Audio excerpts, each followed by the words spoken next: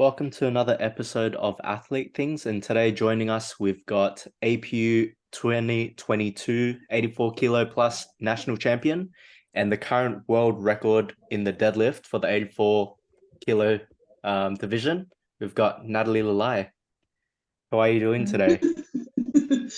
I'm good. I'm good. How are you? Good. I'm Thanks good. for coming on. I'm good.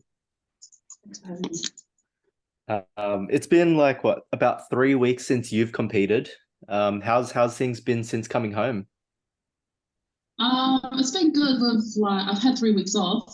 I only just started training this week. Um, but it's been good. It's like just soaking it all in. We just moved into our house, so that's been keeping us busy. But yeah, it's been good. Been good to get back into it Nice. though as well. Yeah. So while were you like holidaying at all while you were in Malta after your session?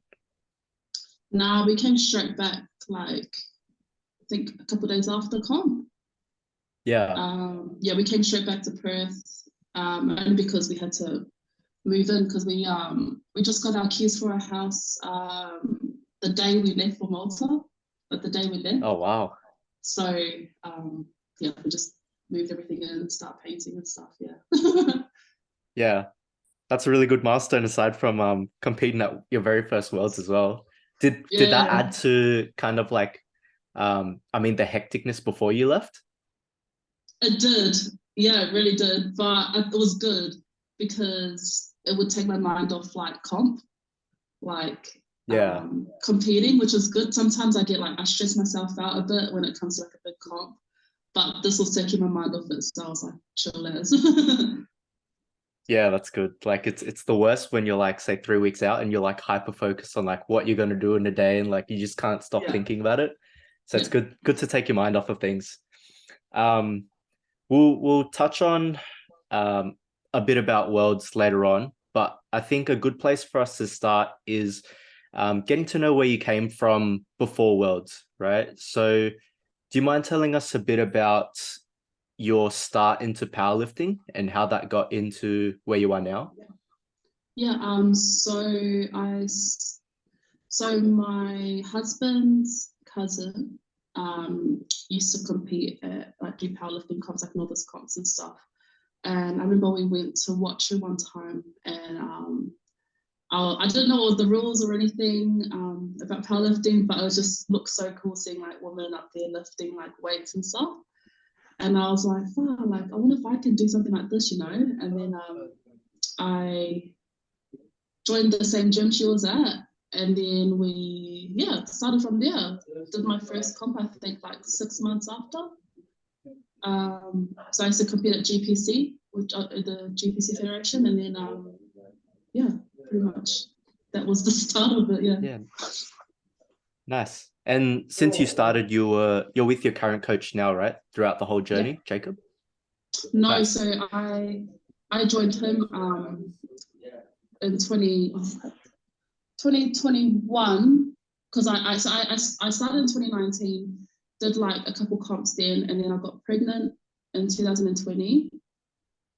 So I stopped powerlifting, just had a break over a year, then started back up in 2021, and then I joined Jacob in 2021. Yeah. Okay, nice. And what was the like spark that made you decide like, all right, it's probably time for me to look into getting a coach? I just wanted to do like competitions. Like I knew that I had to like being under guidance of a coach was like would help me. Mm. Yeah, for sure. And then since then, like your progress has been explosive, and then you've come onto the scene being national champion at your first nationals, Yeah. and pretty much straight after that, you progress straight into Worlds, right? Yeah. Yeah. So, um, obviously, you've come onto the radar, and like even prior to you going to your first Worlds, there were people such as like Six Pack Lapidat who had already scouted you out, and you were scouted as probably potentially pulling the biggest deadlift in IPF history, right? Yeah. And this is all throughout your own training. How was it like prepping with that kind of like attention on you? going into your first worlds? It wasn't bad. Like, I mean, it did put a little bit more pressure on, like, you know, am I gonna be the first female to pull like 600 pounds? You know, but I didn't let it get to me. I just, you know, put my head down, still train, listen to what my coach would say. But it was nice. Yeah, it was cool. Yeah. How far out did you start hearing like whispers such as like, you know, you're gonna be the first to pull 600? I think it was after, so I did the Night of Champs comp, which was was in April, beginning of April. And when I pulled 270 at that comp, I think that's what caught a lot of attention. Um, yeah, You, I you think got that the was it. share on. You got the share on King of the Lifts. Yeah, yeah. So that was the one. I like literally woke up and I was like, "What? How do I have so many followers?" So I was like, "Oh, they shared my post." Yeah. I think I it. think I the think first it's. time, oh, sorry, you I guys, Sam. was going to say. I think it's pretty cool that you've kind of had this rise, almost from nowhere, right? Not many people knowing about you, and then all of a sudden you do a local comp in Australia. You're getting shared of King of the Lifts, and then Yeah, you have this big hype around you. So I'm sure that probably brought like a lot of excitement to that Worlds prep. A little bit yeah. of pressure, but like a lot of excitement too, right? Yeah, it was. But I like being like, what do you call it? Like I tell Jacob, I'm like, I like being like those people that no one knows and they just come out of nowhere The sort of underdog. thing. Yeah. I like being underdog. But it was nice though. Like, yeah, it was cool. Good. Did you feel like this world's prep was something completely different for you compared to your other preps? No, it was the same actually. Oh, we did change so after nationals, we did change up a few things with training heading into Night of Champs. And because Night of Champs moves so well, we use that same sort of training for Worlds. Yeah, nice. Because like looking at your Instagram as well, like pretty much from nationals till Night of Champs, which was in April, and then going into Worlds, it just looked like your training was just exploding. It was like Yeah, squat PRs, bench PRs, deadlift PRs. So yeah, I think a lot of, I mean, like coming from Australia, travel is probably like the biggest factor that would kind of like dampen your progress. But looking at how you performed on the day, it looked like it didn't affect a single thing, right? yeah.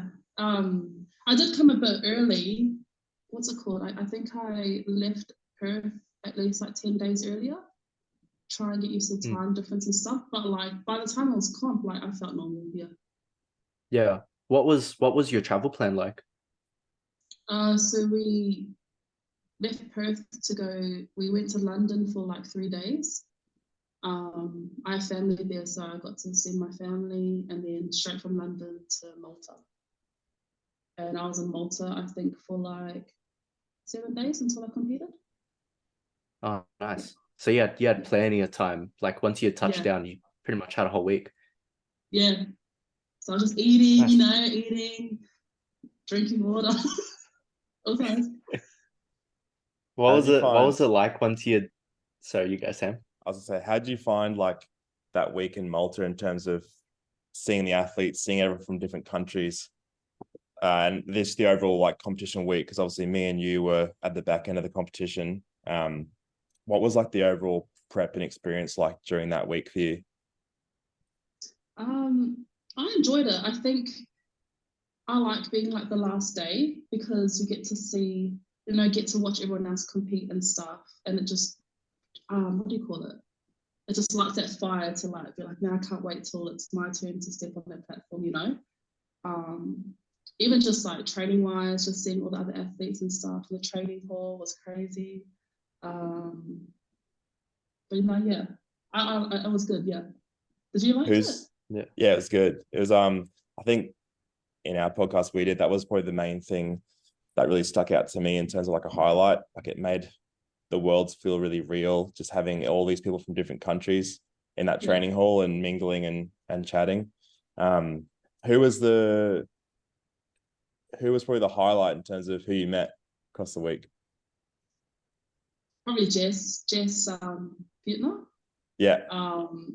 We've always we've talked and stuff online in there a couple of times, but just meeting her and getting to talk to her and stuff. She's so humble, so nice. Like it was cool. Yeah. The deadlift queens. Yeah, no, she's a deadlift queen. Yeah.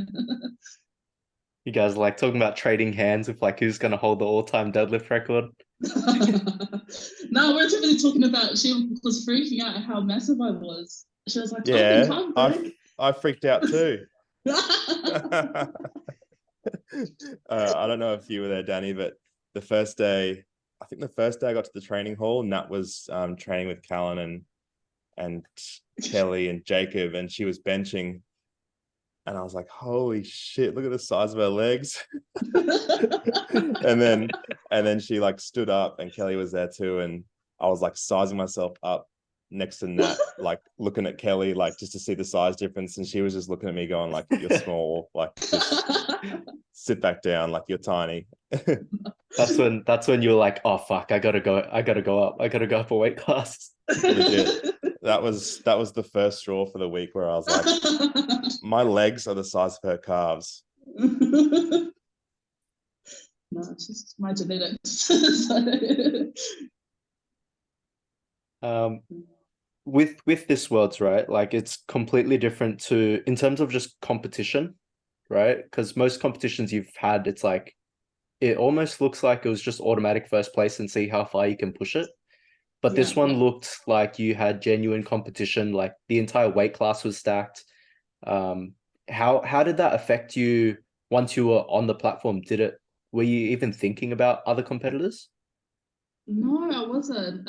So this is my first comp that I've ever done, where I've had people so close, and people in front of me that I'm trying to, reach. But it didn't affect me. I didn't even think about it. I was literally had the numbers that we talked about with Jacob. Like I was like, yes, sweet, pull these numbers. Even for my last deadlift, right? It was so funny. So I didn't know that we're going for podium for that last deadlift. All I just remember is Jacob Nat, this is it, this is the one, this is everything. And I was like, yeah, sweet.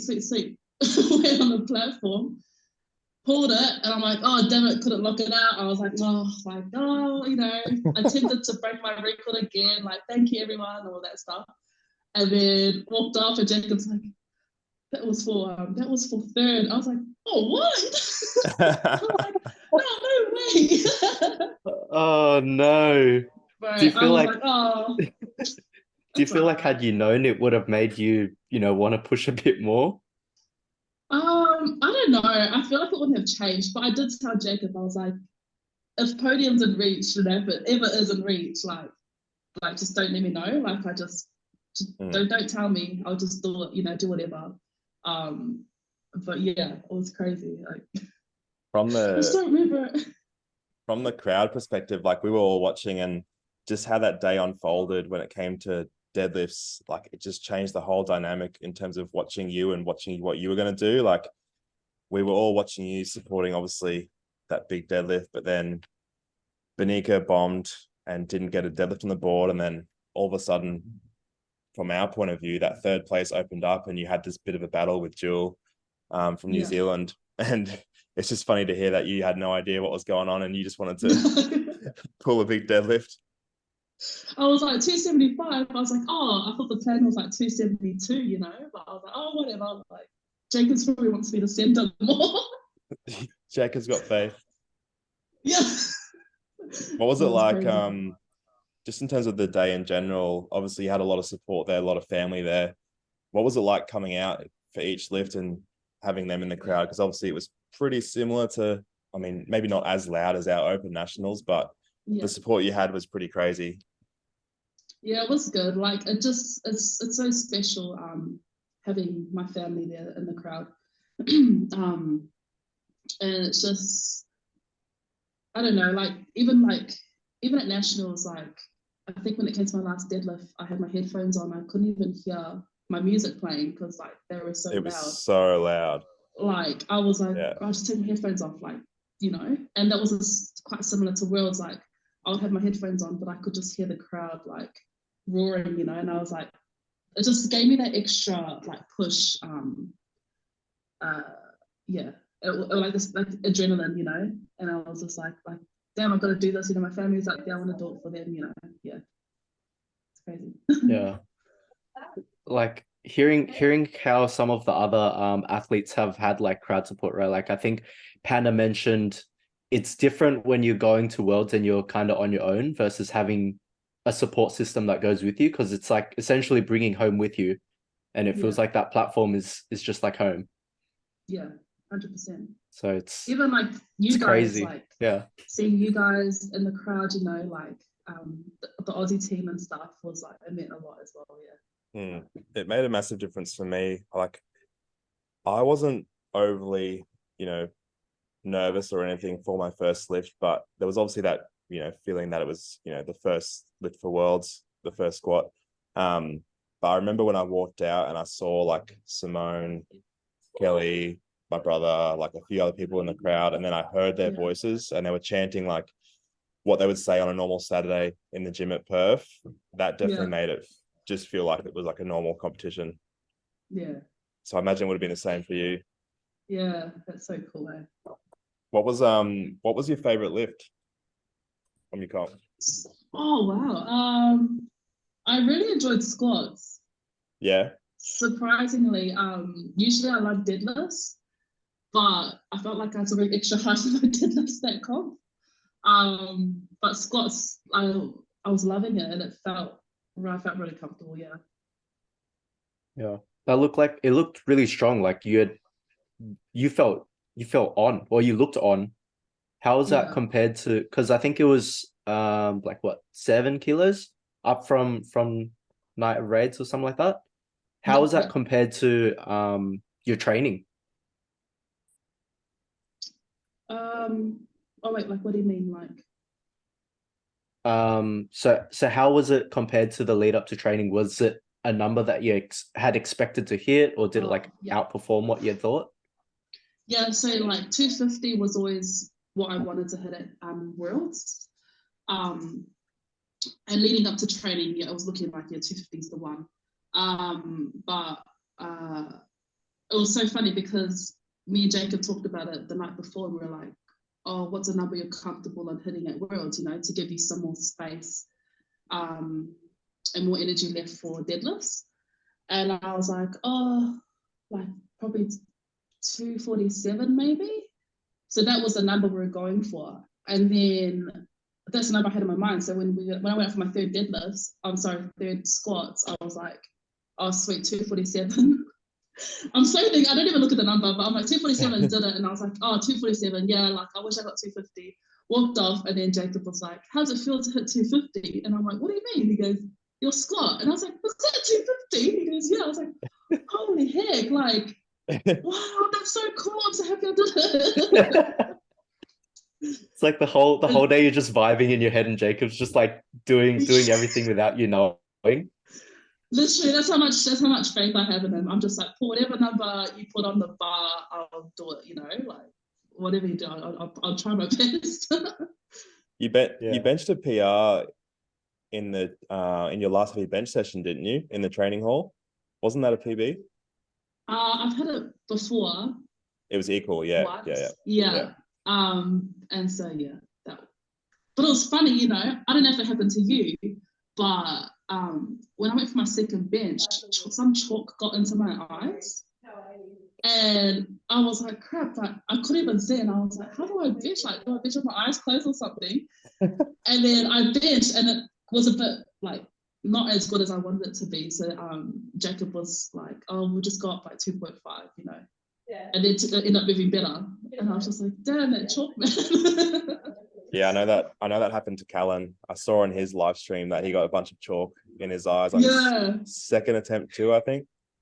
I know. I was like, oh, what's setting us up, man? And then you already touched on it briefly, but like obviously moving into deadlifts, you know, you didn't really have much of an idea what's going on. And I think that's probably a good thing. Like we hear so much talking to athletes on this podcast in terms of like some people that lift the best don't really know what's going on. They just stick to their job, and that's picking up, the barbell. But what was like some of the reflections when you left the platform in the back room? What were your initial thoughts? I was just like, man, I got the world record, like, yay, like finally. And I was kind of a bit like, oh, like I wish I had locked it out more, but I wasn't like kicking myself. I was so happy with how I did. I literally left everything I had on that day on the platform, and that was what I wanted. That was my main goal, like going into Worlds. Like I want to leave everything I have on the platform, like no regrets sort of thing. So, and yeah, that's how I felt. You were so close. And you had a really good day of lifting as well. Like up until the third deadlift, you were like 8 for 8, and then you just had to load up whatever you had to load up to get onto the podium. So for your first Worlds, like that is insane. Yeah, that's what I think. Going into like our first Worlds, like there was no pressure, to be this or do that, because I'm like, bro, I'm like a rookie compared to these girls. Like these girls are so experienced, they've done Worlds so many times. I think that's also like, I didn't have that pressure, which was good. Yeah. Now that you've gotten like your first Worlds, like you're no longer a rookie to that platform now, right? So like, what's something that you feel like you could take away and be like, next time when I come to Worlds, like this is going to be better?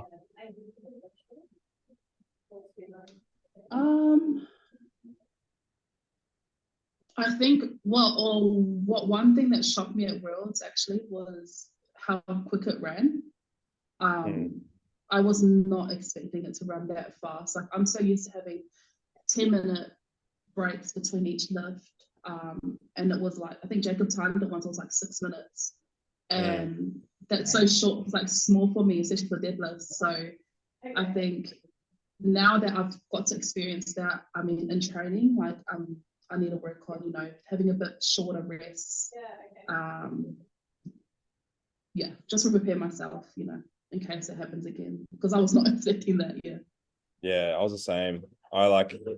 You obviously hear that it's fast and it's a fast competition. But I think I was expecting to have 12 in my flight in the B group, and then I ended up having 8 or 9, I think. But wow. It was same kind of thing. Like you'd finish an attempt, you'd go into that little waiting area, you'd sit down, I'd have a drink, and then Jacob was like, all right, you're 3 out. And I was like, shit. Yeah. And then you'd go out in the hallway, and then all of a sudden you're on the platform again. Like it was just so like bang, bang, bang, so fast. Yeah, it was so crazy. Yeah. It's hard to like balance out as well, right? Because like now that you know that it's really fast, what are you gonna do? Like either you cut down your rest time and that affects your training numbers for now, or like what are you gonna do? Start doing cardio? This is where powerlifters hop on the air bike and like cardio.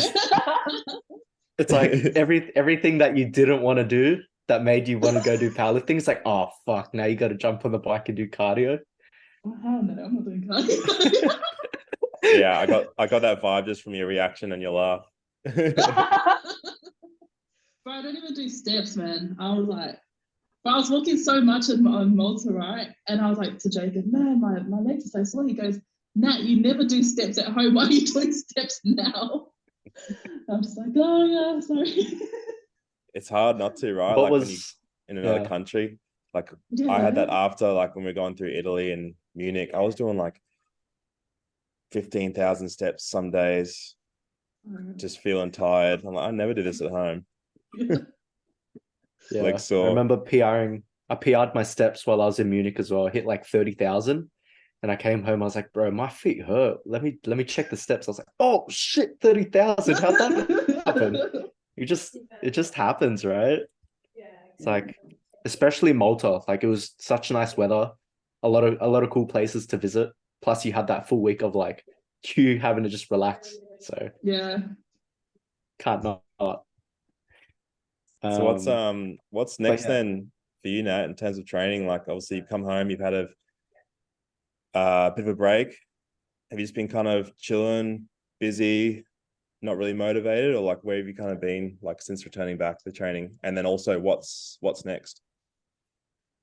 Yeah, I've been like, I think once we settled into our house and everything was done, I was like I want to get back into training already. Like, Yeah, seeing all you guys, like everyone else posting after Worlds already back into training, like I was getting FOMO. So I was like messaging Jacob. I was like, oh, like I can't wait to come back to training. Like I'll come back on this day. And it's been good. Like getting back into it. Like my body's sore, but it's good. Like I did miss training. But yeah, I think next the plan is we're doing well, no one really knows, but I'll just tell you. But I think we're going to be doing KL in December, Kuala Lumpur. oh yep, Asians. Yeah, Asian. Oh, Kuala Lumpur. Yeah. Oh, let's go. That's the plan. Hopefully get my total up a bit more, push my record a bit more. But yeah, that's the plan. You're able to secure an international record there, right? So that gives you a chance to push that deadlift number up. Yeah. Oh, She's I'm smart. excited. She's milking every opportunity she can to keep bumping it up. Yeah, literally, man. I was like, bro, that 275 is mine now. You want to take the 0.5 off Amanda? Yeah. Nah, it'll be cool. I'll just see what that's a plan. Have a good, I think we're like 5 months out or something. Yeah. So it'll be good to like have this nice block of just training again, which I really like. And just to build, because that was kind of like after nationals, I had like a good 6 months, I think, until I did Night of Champs. And during that time, I was able to put on, I think, like 40 kilos in my total from nationals, I think. Yeah, that's huge. Yeah, so our plan is to hopefully do that for December. Yeah. Not 40 kilos, but like put more on. Hey, yeah. I was gonna say 40 minimum. And then like around that calendar is when things start getting a bit hectic for all of us in Australia, hey. Because like you've got, if you do Kuala Lumpur, that's December. Projected for nationals, I think, is around early next year, February. Yeah. So it'd be a very, very short turnaround from there. Sheffield. It could happen as a regional selection. I think because like different countries have different regions, and some of them, if it's not through like world championships, that could be a selection criteria as well. Yeah, you get the wild card for your region, and then obviously having the chance to break a deadlift record too, that could put you into contention for that as well. Oh, maybe. We'll see. See what happens. Just do a Carlina and go to Kuala Lumpur, like what she did at Commonwealth, and just put on a huge performance and give them no option but to send you an invite. Yeah, we'll see what Jacob has in store. I'll just do whatever he says. Now that you mention it, that could actually be a legitimate pathway for you. Like if you do Asians in December, Sheffield, well, this year was March, but I think they said they're going to push it in the cards to February. Yeah. Oh, okay. I think they're pushing it earlier, but yeah. He's hoping that you get your Sheffield invite then. We'll see. But yeah, I think that about ties up everything we had for today's podcast. Was there anything else you wanted to touch upon? No, that was it. Thank you guys for having me. Thanks so much, Nat. I think it's refreshing and it's really nice to hear like someone like yourself who's so casual about lifting in terms of, you're just picking it up and getting the job done, but you're also on this skyrocket to doing really big things. So yeah, thanks so much for coming on, and we're really excited to see what the next year plus has in store for you. Thank you. Thank you, guys. Thanks, Nat. Thanks, Nat.